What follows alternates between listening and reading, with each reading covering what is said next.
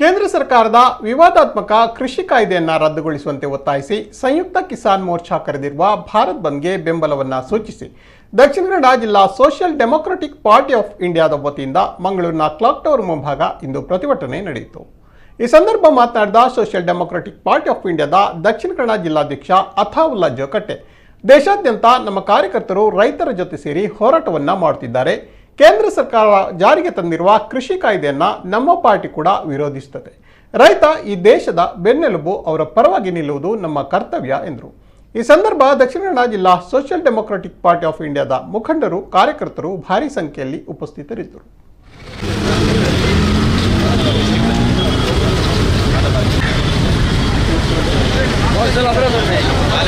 ಪ್ರತಿಭಟನಾಕಾರರಲ್ಲಿ ಒಂದು ವಿನಂತಿ, ಕೋವಿಡ್ ಸಹಕರಿಸಬೇಕು।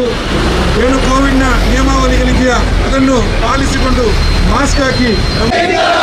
ಜಿಂದಾಬಾದ್ ಜಿಂದಾಬಾದ್ ಜಿಂದಾಬಾದ್ ಜಿಂದಾಬಾದ್ ಎಸ್ಡಿಪಿಐ ಜಿಂದಾಬಾದ್ ಎಸ್ಡಿಪಿಐ ಜಿಂದಾಬಾದ್ ಜಿಂದಾಬಾದ್ ಜಿಂದಾಬಾದ್ ಜಿಂದಾಬಾದ್ ಜಿಂದಾಬಾದ್ ಎಸ್ಡಿಪಿಐ ಜಿಂದಾಬಾದ್ ಎಸ್ಡಿಪಿಐ ಅಗತ್ಯ ಸರಕು ತಿದ್ದುಪಡಿ ಅಂಬಾನಿಗಳಿಗೆ ಗುಟ್ಟು ಬಿಡಿ, ಅಂಬಾನಿಗಳಿಗೆ ಗುಟ್ಟು ಬಿಡಿ, ಅಂಬಾನಿಗಳಿಗೆ ಗುಟ್ಟು ಬಿಡಿ, ಅಂಬಾನಿಗಳಿಗೆ ಗುಟ್ಟು ಬಿಡಿ, ಈ ರೈತ ವಿರೋಧಿ ತಿದ್ದುಪಡಿ, ಈ ರೈತ ವಿರೋಧಿ ತಿದ್ದುಪಡಿ, ಈ ರೈತ ವಿರೋಧಿ ತಿದ್ದುಪಡಿ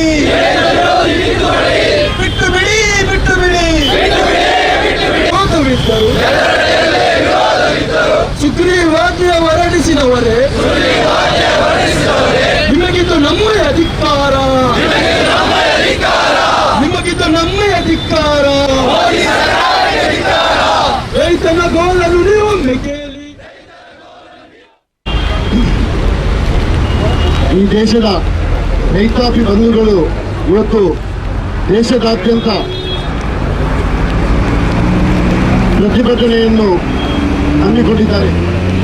ಕೇಂದ್ರ ಸರ್ಕಾರ ಜಾರಿಗೆ ತಂದಿರುವಂತಹ 3 ಕೃಷಿ ವಿರೋಧಿ ಕಾನೂನಿನ ವಿರುದ್ಧ, ಅದಲ್ಲದೆ ಹಲವಾರು ಜನವಿರೋಧಿ ಕಾನೂನನ್ನು ಅದರ ವಿರುದ್ಧ ಜಾರಿಗೆ ತರಬಾರದು ಅಂತ ಹೇಳಿಕೊಂಡು ದೇಶದಾದ್ಯಂತ ಇವತ್ತು ಪ್ರತಿಭಟನೆಯನ್ನು ಹಮ್ಮಿಕೊಂಡಿದ್ದಾರೆ। Social democratic party of India ಈ ರೈತಾಪಿ ಬಂಧುಗಳಿಗೆ ಬೆಂಬಲವನ್ನು ಘೋಷಿಸಿಕೊಂಡು ನಾವು ಕೂಡ ಇವತ್ತು ಅವರ ಜೊತೆಗೂಡಿ ಪ್ರತಿಭಟನೆಯನ್ನು ಹಮ್ಮಿಕೊಂಡಿದ್ದೇವೆ। ನಮ್ಮ ಪ್ರತಿಭಟನೆಗಳು ಈ ದೇಶದ ಮುಕ್ಕು ಮೂಲೆಗಳಲ್ಲೂ ಕೂಡ, ರಾಷ್ಟ್ರದ ರಾಜಧಾನಿಯಲ್ಲೂ ಕೂಡ ನಮ್ಮ ಕಾರ್ಯಕರ್ತರು ರೈತಾಪಿ ಬಂಧುಗಳೊಂದಿಗೆ ಜೊತೆಗೂಡಿ ಇವತ್ತು ಪ್ರತಿಭಟನೆ ಮಾಡ್ತಾ ಇದ್ದೇವೆ। ಬಂಧುಗಳೇ, ದಕ್ಷಿಣ ಕನ್ನಡ ಜಿಲ್ಲೆಗೆ ಮಟ್ಟಿಗೆ ನಾನು ಹೇಳುವುದಾದರೆ 3 ಕಡೆಗಳಲ್ಲಿ ಇವತ್ತು ನಾವು ಪ್ರತಿಭಟನೆ ಮಾಡ್ತಾ ಇದ್ದೇವೆ।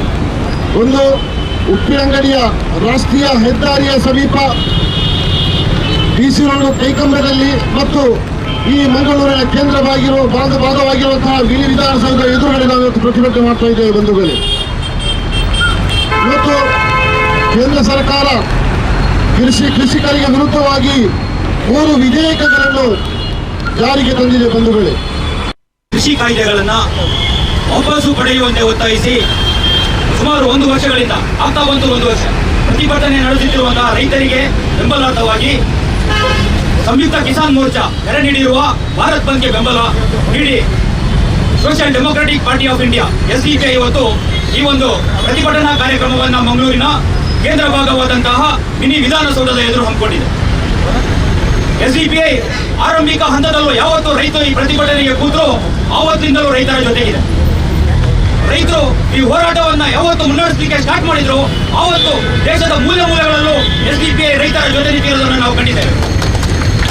ರೈತರು ಈ ಹೋರಾಟವನ್ನ ಗೆಲ್ಲುವವರೆಗೂ ಎಸ್ಡಿಪಿಐ ಪಕ್ಷ ಅವರ ಜೊತೆ ನಿಲ್ಲಲಿದೆ ಎಂಬ ಒಂದು ಭರವಸೆಯನ್ನು ಈ ಮೂಲಕ ನಾನು ಕೊಡ್ತೇನೆ।